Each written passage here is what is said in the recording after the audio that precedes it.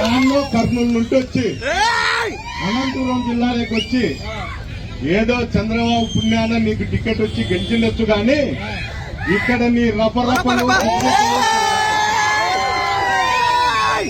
ఇక్కడ ఒక వైఎస్ఆర్ కార్యకర్త ప్రతి ఒక్కడు కూడా ఒక సైనికుడే జగనన్న స్ఫూర్తితోనే మేము పోరాడతాం. అన్ని విధాలా కూడా అందరికీ తోడుగా ఉంటాం.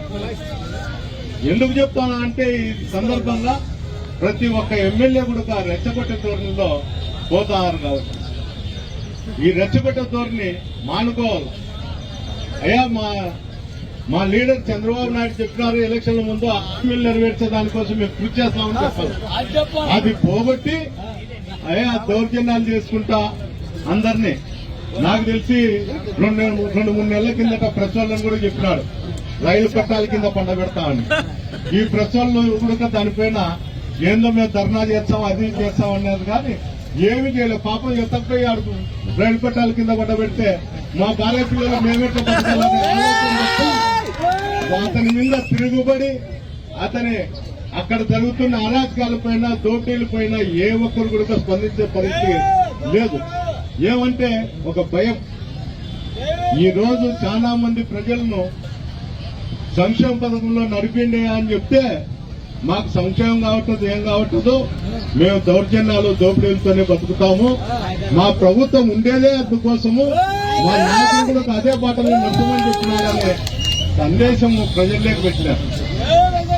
ప్రజలు మీరే ఆలోచన చేయాల. ఆ రోజు చంద్రబాబు నాయుడు గారు మీటింగ్లు చెప్పి ఏ హామీలు ఇచ్చినారో ఆ హామీల కోసం మనం పోరాడాలా. పోరాడితే తప్ప మనకు హామీలు కూడా రావు, ఏమీ రావు. ఆయన హామీలు చెప్పిండేటివి ఈ విధంగానే మనం బాధపడుతూ ఉండాల్సిన పరిస్థితి ఏర్పడుతుంది. ఇవన్నీ ఈ రోజు మన నాయకుడు జగన్మోహన్ రెడ్డి గారు ప్రజల్లోకి వచ్చి ఇవన్నీ చేస్తున్నారు. ఇక్కడ ఉండేటువంటి యువకులు కానీ ఇక్కడ ఉండే రాజకీయ నాయకులు కానీ దీనిపైన ప్రతి ఒక్కరూ స్పందించి పోరాటం చేస్తే పోయేదేం లేదు. మన వింద పెడితే 4 కేసులు తప్ప ఏదైతే ఏం లేదు. కొడితే ఏడన్నా కొంత యాక్టివ్ ఉండే కార్యకర్తలు 4 ఏళ్లు కొడతారు. మన స్టేషన్ పోయి కేసు పెడితే మళ్ళా తిరిగి కౌంటర్ కేసు పెడతారు. దీనివల్ల తెగేది ఏం లేదు. కానీ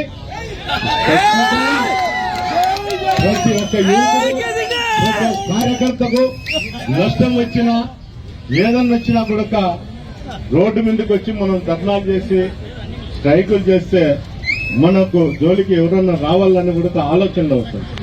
ముందు ఐకమత్యంతో పనిచేస్తాం.